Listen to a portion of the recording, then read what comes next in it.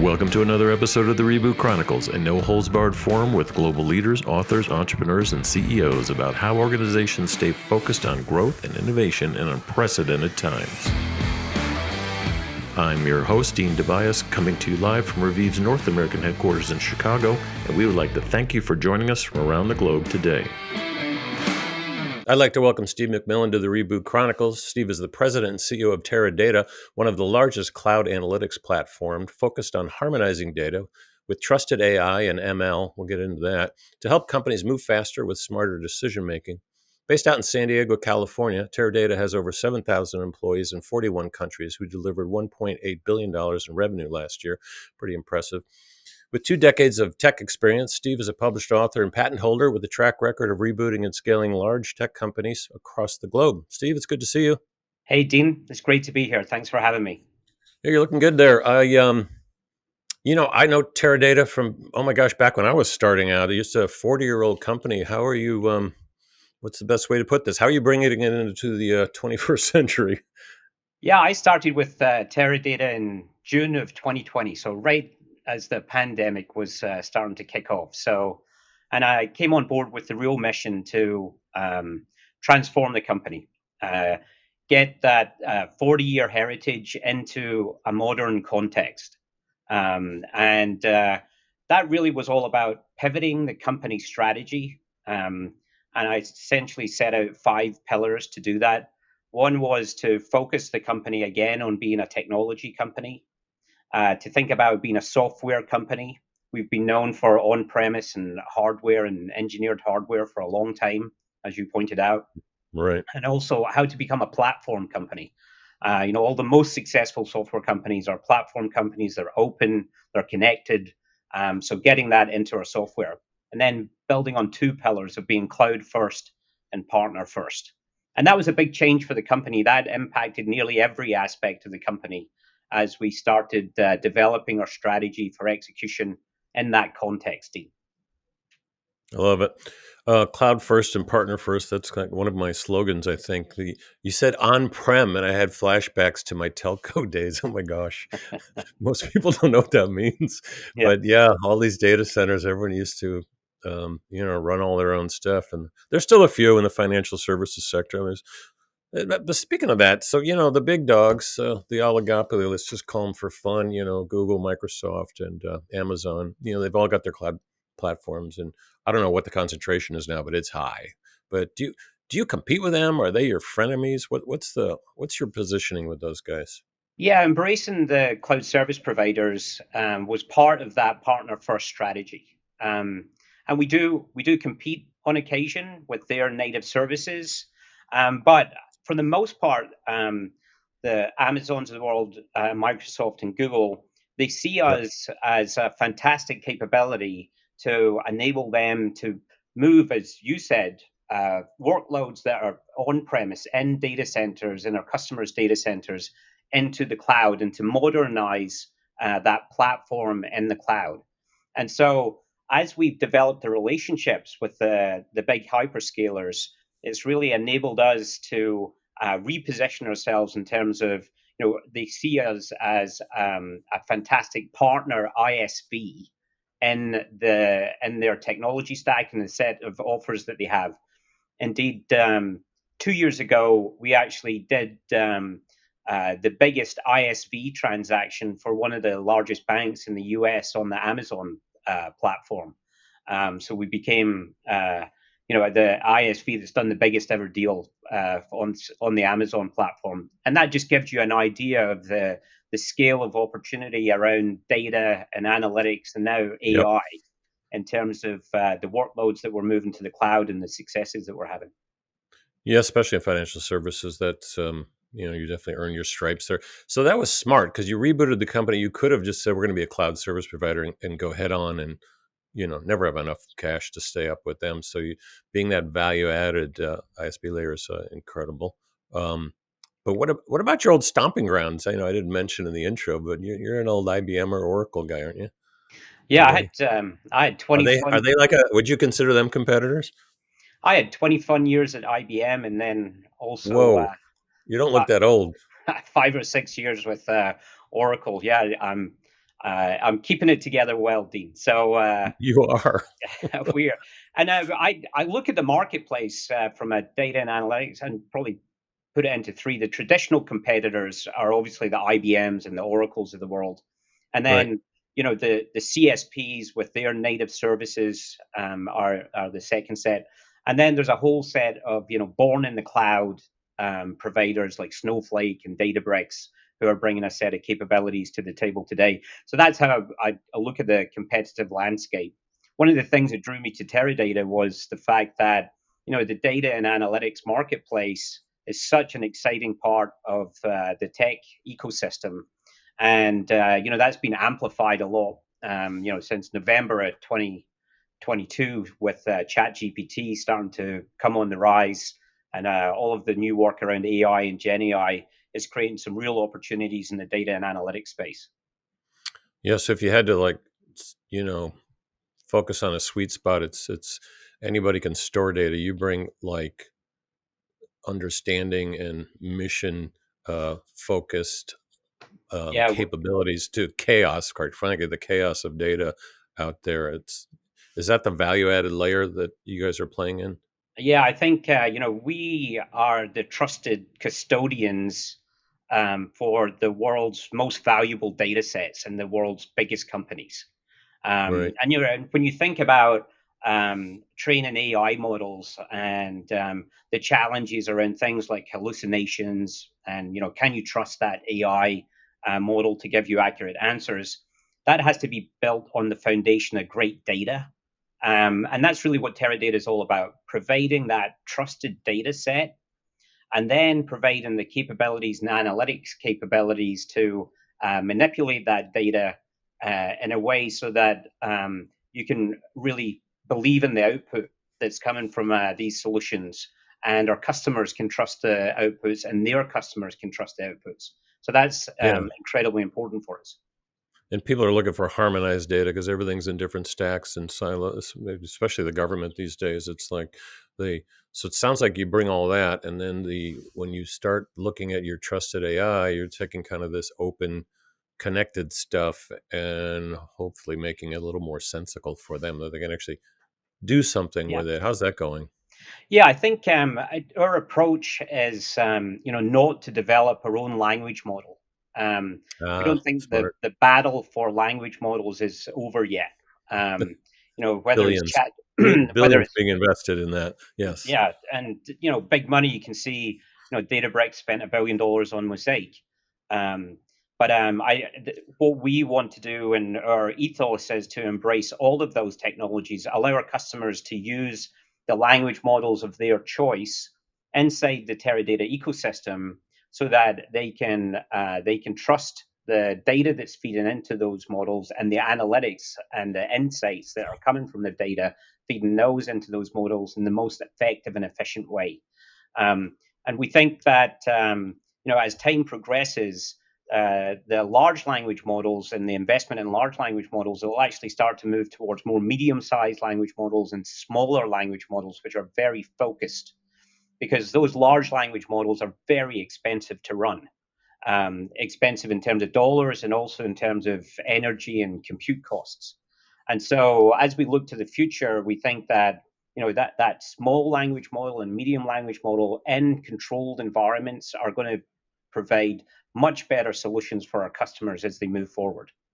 Yeah, I love it. Can we talk about some examples without getting too geeky, I guess? But the way I look at the world and the way on the show we focus on one of the reasons we wanted you on is because a, you're rebuilding the company, b, you have a heavy partnership bent, which we do too. Mhm. It's like build, buy, borrow. How do you analyze what to partner with, what to actually acquire, what to build yourself? And very stupidly or simply, I break it down to how are you affecting your customers go to market stuff, Mhm. and how are you affecting more their internal, even product roadmap kind of stuff, but anything efficiency wise. And so that's just how we split the world, right? Yeah, As someone helping a CEO or a CEO yourself. So yeah, can you give us some examples? Like, yeah, let's just start with how you helping companies with innovation. So yeah, that's what everybody wants to know. It's like I'm tired of listening about these talks about AI. What can we do? Help yeah. us. I think I'll boil it down to three for you. Um, And so I think there's three horizons that organizations should be looking at for their AI solution. The first horizon is all about efficiency and effectiveness inside the company. So Right. using things like Microsoft Copilot, to augment and make knowledge professionals or professionals inside an organization more effective and efficient at doing the job that they do every single day. That's the kind of first horizon. The second horizon is then taking that AI capability and embedding it into your product or into your offer. Right. Um, and Exactly. so, you'll start to see things like smart mortgages, yeah, that are dynamically responding to marketplace conditions, customer conditions. And, that's really embedding those AI and Gen AI technologies Hmm. into the value proposition of a company. A really interesting one, though, is the third horizon, which is to think about how can AI or how is AI going to change my industry? And we see lots of really examples of that in financial services, but also in healthcare, in terms of how can AI transform patient outcomes as a result of some of the technologies and investments. But a really interesting one, Dean, and this might resonate with some of your viewers and listeners, is CPG. So if you think about merchandising a commodity and a buyer buying that Right. commodity, just now that's a human to human interaction to negotiate over that price. The price of that bar is sold in Kentucky at this moment in time. And I spoke on stage with the chief data officer of Unilever, and he was talking about how he sees using AI to augment his merchandisers to have more negotiating power over a buyer because they're better informed. But he sees the day when it'll eventually be two bots negotiating over those prices, and so it'll become a battle of the bot in the CPG space in terms of who's got the best algorithm, who's got the best model that can result in the best price points and negotiation of price points on the margin. And I think it's for the CPG industry, that's going to be as revolutionary as high frequency trading was for the financial services industry. And Yeah, so it's a great those, example. yeah, those three horizons, internal effectiveness and efficiency, embedding AI in your product set, and then thinking about how it can change your industry. That's how we talk to our customers and help them think about how to apply these advanced analytic technologies, Gen AI models, into their environment and into the solution sets that they've got. Yeah, that points to your business model. We can dig into that in a second. But as you were talking, so we just had the CEO of Globality on, which is Joel Hyatt, who's started a lot of companies in his days. But and it was like boring procurement, and we brought it to life. So there's companies, like your Unilever example or P&G.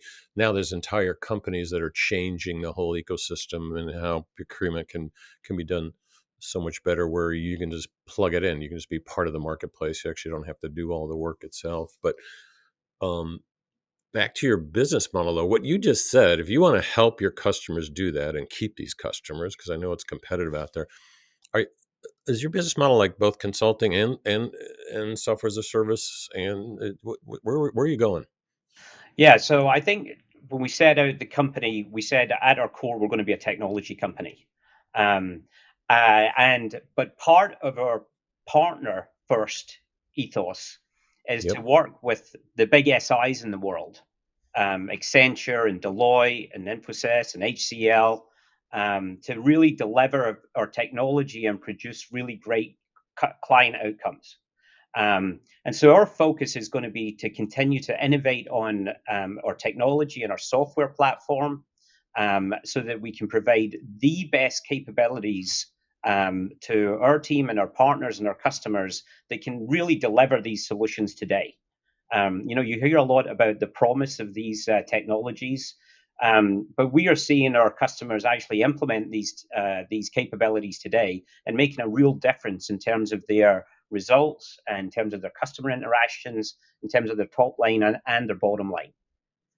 Yeah, so you're kind of a B to B to B model, and it's like, hey, we're going to work with the biggest consultancies in the world and give them capabilities and tools that they can go resell, rather than setting up your own um, consulting Yeah. services group. Is I that think, fair?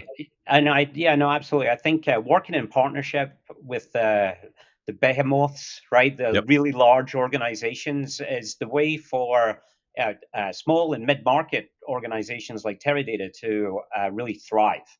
Right.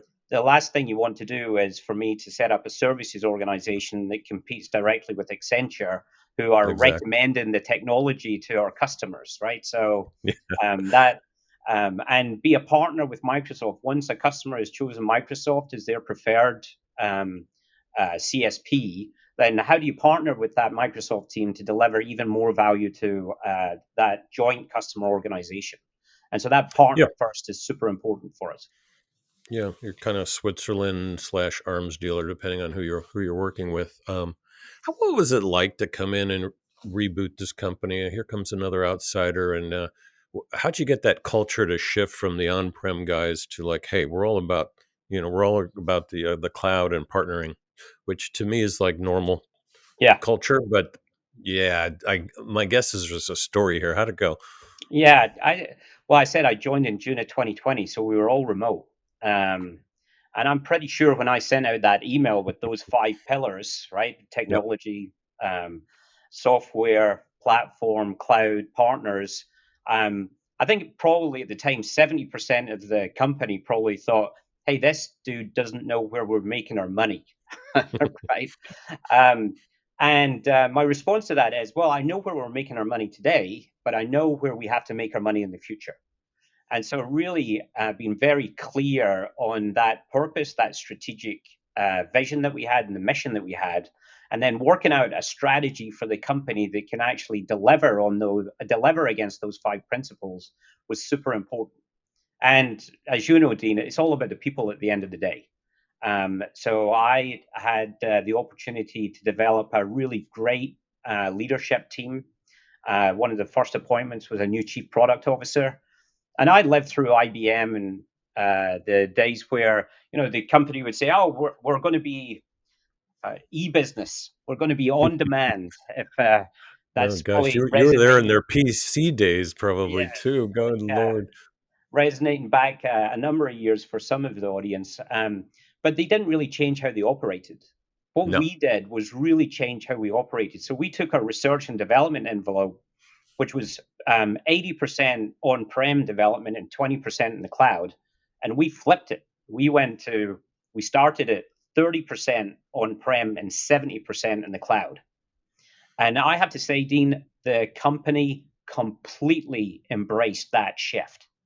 Um, and by doing it in the core and the technology part of our organization, it re energized the whole company. Sales got behind the transformation. They saw this wasn't just words, we're putting wood behind the arrow. There's dollar changes in terms of the investment, in terms of the activity.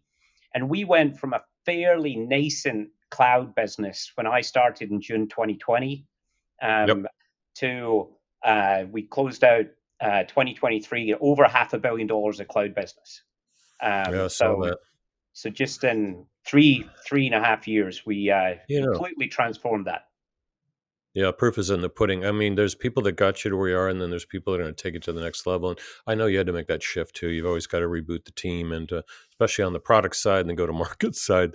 But they probably loved the margins. The wood behind the arrow was, hey, we're going to have totally different margins in this company, guys. We're going to have tech margins, which is Mhm. fantastic. And but you're Yeah, going up against you. you look at Sorry, go ahead. consulting and services margins, right? Oh, They're in the terrible. 20s or 30s. It's It's terrible. we've got some great technologies and great capabilities inside Teradata. Our customers really value them, and that's the core of our strategy. We're a technology company. Yeah, I love that. And you're so just capping off on the culture, how have you been able to shift it? You're going up against people like Snowflake and some pretty agile Silicon Valley players that are Mhm. a little different, I guess, versus going up against IBM, which is probably really easy for you. But yeah, what's it like in terms of keeping or making your company much more agile? Because you're essentially coming up with new products and services every month over there. And Yeah. that's changed. So Yeah, that changes. Sometimes, some people like it, some don't. yeah, we've as well as that sort of a strategic focus. I work with a great chief people officer, Kathy. We put out some cultural priorities for the organization, and we kept it to a simple three. Yeah, which were be market and customer driven, have agility Hmm. in execution, and be accountable to one another. And that accountability to one another with all of the focus, through COVID, with DEI, with changing in work environments, that was some. Teradata was always considered to be a great human company. But building on that, I said to my team, because I did get feedback saying, "Hey, why do we have to change our cultural priorities? They seem to have worked for us for the last 40 years, right? What Right. we've always been really customer driven. You've just added this market driven into the first and so that whole change of attitude, change of ethos, started to permeate how we work and how we behave every single day. Hmm. Um, I'd say that cultural transformation is like going to the gym, right? Where you work on new muscles. Yeah. You don't get rid of the muscles that you've already built, but you do work on new muscles and you exercise those new muscles so that you can have that agility and execution. And we've seen that play out in terms of new product offerings, new capabilities that we've brought to the market. We see it play out in terms of people that had left Teradata because they wanted to work on the new technologies, the new horizons. They went to the CSPs or they went to a Salesforce or another Right. organization. They came back to Teradata because they saw that investment change. They saw the change in strategy, and they wanted to live in a culture where they're valued and they're in a team situation where we get together and we execute together for the benefit of the company. I love that. And thanks for the tip about the health coach. I didn't know I was supposed to be working on new muscle groups. That's good. It's good to know. I mean, I've run multinational corporations, many headquartered in California. What I found, stepping in like you, I was never the founder. I was the turnaround guy. It was multicultures, and the California culture was always stronger and different than the rest. Did you experience that as well? Well, you can tell from my California accent that you know, multicultural comes as a standard. Really interesting. Like one of the things that COVID made us look at and think about was, our work and how do we get the best talent? Yeah. Yeah, Um, and we committed to having a flexible working philosophy, and we've maintained that commitment to the entire company. Um, I joined, and the expectation was that every senior leader would be based in Southern California in San Diego, um, and wow, I, that's which is a nice, big statement. expensive, right? Yeah, I very. like we changed that around, right? So, and if I reflect on the team that I've got today, my chief revenue officer is actually based in the UK. My chief people officer is in Massachusetts. My chief financial officer is in Northern California. My chief product officer is actually in Southern California in San Diego. But I like the chief product guy to be at corporate. That's yeah, good. yeah. So we constructed a team so that we could embrace that flexible working and use it to help deliver the best possible results. I love it. I mean, you have thousands of people. What are they all doing? They're all working hard every single Do I day. sound like a board member? We make sure of that. We've got a range of different capabilities inside the company. Clearly, we've built up new capabilities over time. So move folks from support roles into cloud ops roles. Built out new capabilities like customer success management. Kept the Critical. core That's critical. Yep. of our consulting offering, but also we've got a really great product engineering team and research and development team that are delivering new capabilities every single day. And then, as you said, we operate in 41 countries. We serve the world's largest enterprises. Our focus is the G10,000. So we have sales folks all over the world, support folks all over the world. And I think that gives us a differentiated capability for our customers as well, because we can interact with them locally. We know how to support enterprises that operate on a global basis. And we Yep. have a human part to the value proposition that we deliver in the marketplace. That's another reason we wanted you on is we've actually heard good things from the customer. We usually check with a few customers and we didn't have to because we've heard, since you got there, it's like, hey, these guys have been focusing on the market, which is you got to keep them happy and you got to change with them and make them more innovative. And what's been your biggest challenge coming into this personally? I think at the end of the day, I just actually spoke to our interns. So we have an intern Nice. population inside Teradata, and I do a Q&A with them. And they asked me the same question, and I said, look, a corporation or a company at the end of the day is a group of people that have similar purpose and want to drive towards an outcome. So where do most of the challenges come from? Most of the challenges come from people, right? Um, Yes. and and we got into a discussion and how do you overcome those challenges? And I think it's all about clarity of purpose and alignment behind that purpose, so that we can trust each other as a team, so that we execute well every single day. And that's what I look for from my leadership team. I often say to them, there can't be a gap of light between this leadership team in terms of how we either take ourselves to our employees or take ourselves to the market or take ourselves to our shareholders. We are an aligned team with a clear purpose for execution. Yeah, makes sense. And where do you see the company in a few years? Most people say 5 to 10, but let's be real here. Let's just Yeah, I think like 5 to 10 is an ambitious outline. Look, just a few. I think what's going to happen in the marketplace is that as the technology landscape continues to evolve, Yep. um, our customers are going to want to take advantage of the best possible services to solve their problems. And we happen to have a platform and a set of query engines and query engine capabilities that allows our customers to do that in the most effective, efficient way, backed up with some really great patented capabilities around workload management and query optimization. And so, as organizations continue to move to the cloud and look for the best possible services to get to the outcomes that they want to, we are positioning Teradata to have a set of data analytics and AI services that can deliver those trusted outcomes for our customers. And so we'll see that continuing evolution of partnership and working in conjunction with the CSPs to deliver outcomes that our customers are wanting and desiring.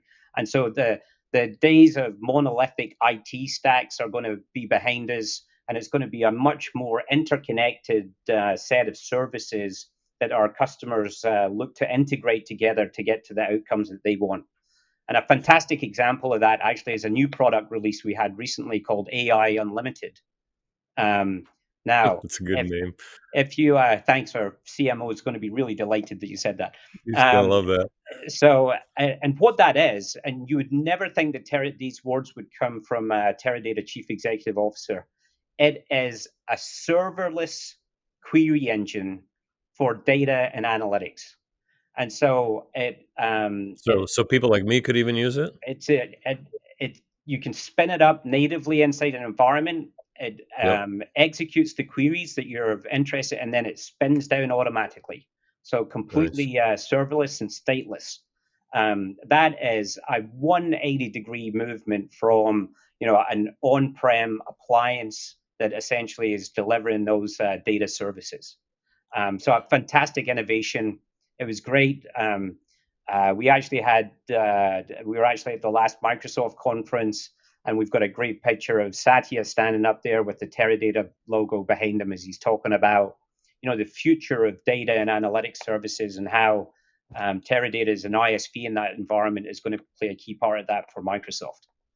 Yeah, makes sense. Um, let's go back to your interns. How many do you have right now? So I must admit Rough. we got the elite crop of the crew. We got the MBAs, the PhDs on the phone. We had 50 of them, and they were all over the world in different functions and different capabilities. Oh yeah, you guys are global because it ties into where you want to be in 5 years. It's going to be up to them. So what kind of advice are you giving those folks? Yeah, I said, Whether or not they're already in your tent, you know. um, yeah, I don't know if you've come out. Scott Gallagher. I quite like the advice that Scott Gallagher gave, and I shared that. I echoed his advice, right? So, play towards your talent. And if that intersects with your passion, that's great. But play towards your talent where you can add value, where you can deliver innovation, insights, and find an industry where there's more than a 90% employment rate. So that, so It's the I like most honestly. I like those I two love that one. breakage points. That could Um, be the headline of this episode. but I think my advice to them was, if you think about career progression, because they're all interested in how do you progress your career, and I say, look, you progress your career by progressing on two axes. One is complexity, do more and more challenging and difficult things. Move from operational to strategic, and the other is on scope. So look to take on more responsibility. It may be people, it may be dollars, it may be different types of functions. And as you progress both through a complexity axis and a scope axis, that will continuously help you to develop your career. Yeah. Even at our stage, I just think that whenever that stops, it's not a good thing. Yeah. I mean, if And you I look at think the change, if you what if you looked like 2 years ago, everybody was talking about metaverse, except mhm, me and a few others. We've seen that movie before, but it's the it's I've just never seen a better time to be coming into the workforce. yeah, Unlike us in the '80s, right? It's such a playground that yeah. it seems like choice is an issue. So your 90% comment is good. Yeah. Pick the right industry. Yeah, and so I think the opportunity that especially new grad people that are just coming into the business world today, the opportunities that they're presented with are just phenomenal. Um, and if you can intersect that with I was lucky. I love techno. I learned how to code when I was 12. I always had passion around business and technology. When I got that job with IBM before I went to college, I thought it was the best thing in the world. Um, but You were wearing a suit. You were wearing a suit then.